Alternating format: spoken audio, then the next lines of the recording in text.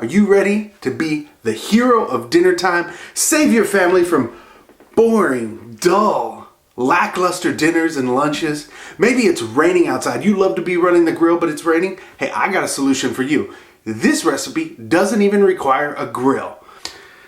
Today, I'm going to be showing you how to make super simple and delicious pork carnitas. All right, pork carnitas. I'm super excited to be bringing this to you. This is one of the easiest recipes ever.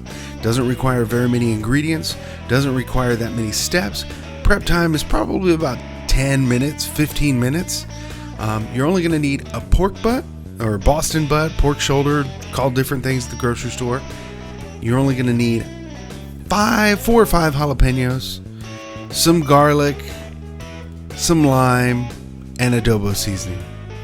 Sometimes you got to check to make sure that the camera's working.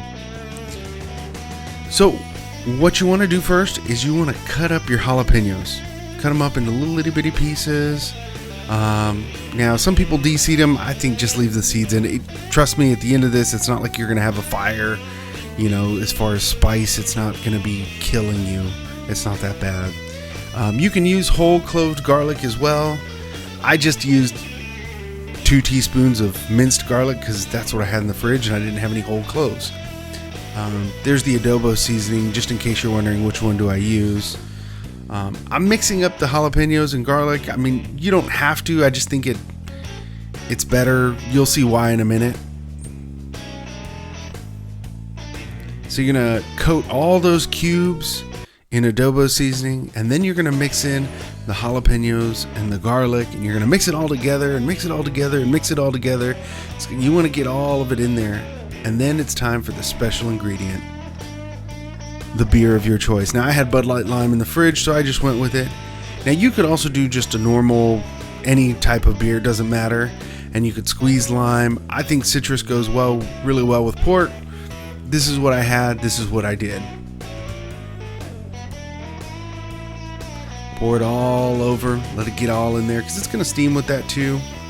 We're going to cover this in foil in just a minute, just to show you what it looks like once it's all like ready to go.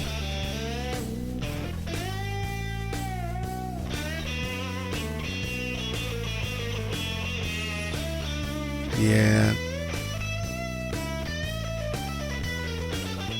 So what you're going to do is you're going to take your foil, you're just going to cover it, tightly crimp each side. I mean, it doesn't have to be like super crimped. I mean, we just want it tight on there like you normally would.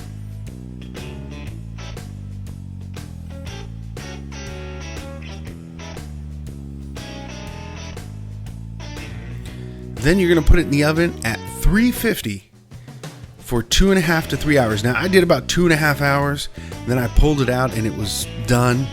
So just depending, might take a little bit more time. I would recommend putting a plate, pan underneath just in case it overflows. This came out and it was super tender. It was absolutely delicious. Now this is one of those dishes I didn't add any salt to, but afterwards, once I pulled it out, I'll tell you this, I use fresh cracked salt, like the salt grinder, and that totally transformed the flavor. It was amazing. Guys, I want to know in the comments below, tell me, what are your favorite ways to make carnitas?